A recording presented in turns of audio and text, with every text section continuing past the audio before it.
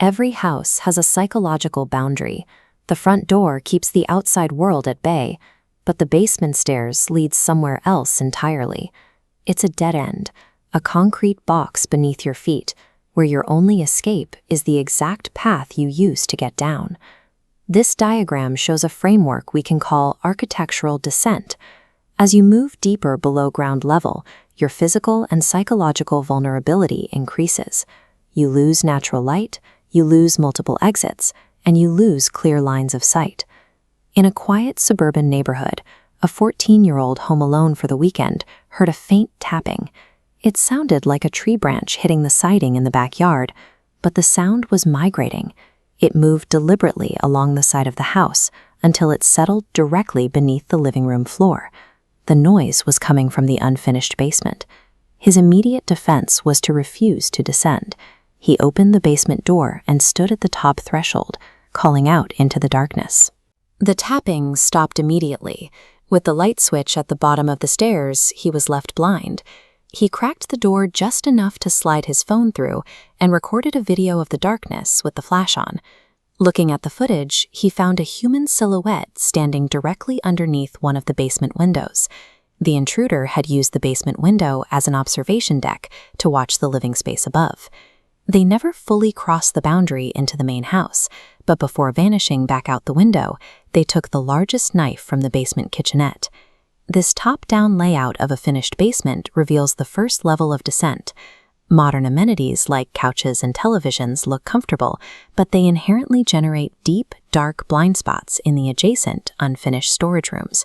A 16-year-old was hosting a friend in exactly this type of space when they began hearing faint rustling and thuds coming from the storage boxes. He brushed it off, assuming his cat was just being active in the back of the room. That assumption was shattered by a scratching sound at the top of the basement stairs. It was the family cat, locked on the other side of the door, proving that whatever was moving in the basement was something else. As they realized the cat wasn't in the room, a foam football rolled slowly across the floor. It had been tossed out from the shadows of the storage room. They scrambled up the stairs and called the police, who found the basement entirely empty. Despite the intruder's escape, every window and door in the basement was still locked from the inside. An unknown person had been sitting in that dark storage room for hours, just feet away, watching them watch television in perfect silence. Deeper still is the partitioned basement. Here, makeshift walls destroy open lines of sight and turn the space beneath your floorboards into a labyrinth. This floor plan of a 24-year-old's house shows a basement split into a laundry area, a workshop, and storage by plywood partitions. The walls were positioned so that you couldn't see the entire floor from any single vantage point.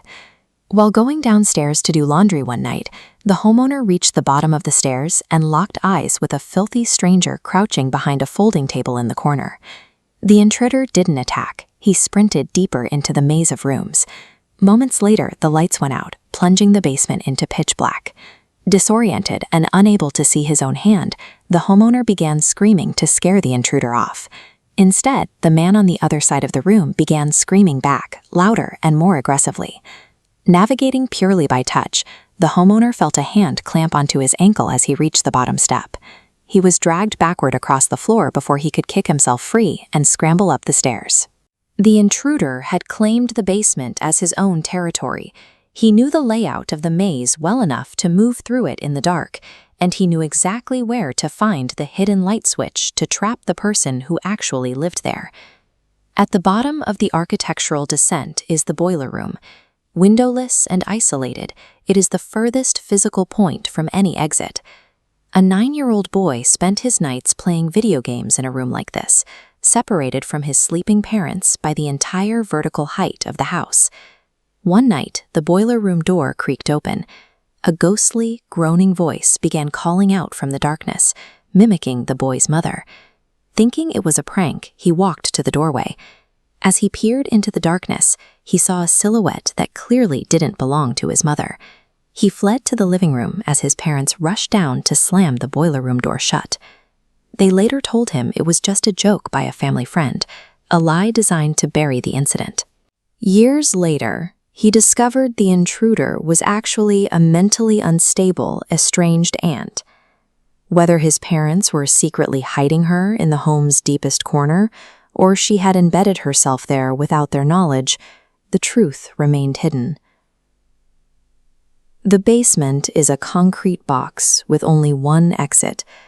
Once you descend into the dark, your only escape is upward, and you never truly know who might be waiting between you and the stairs.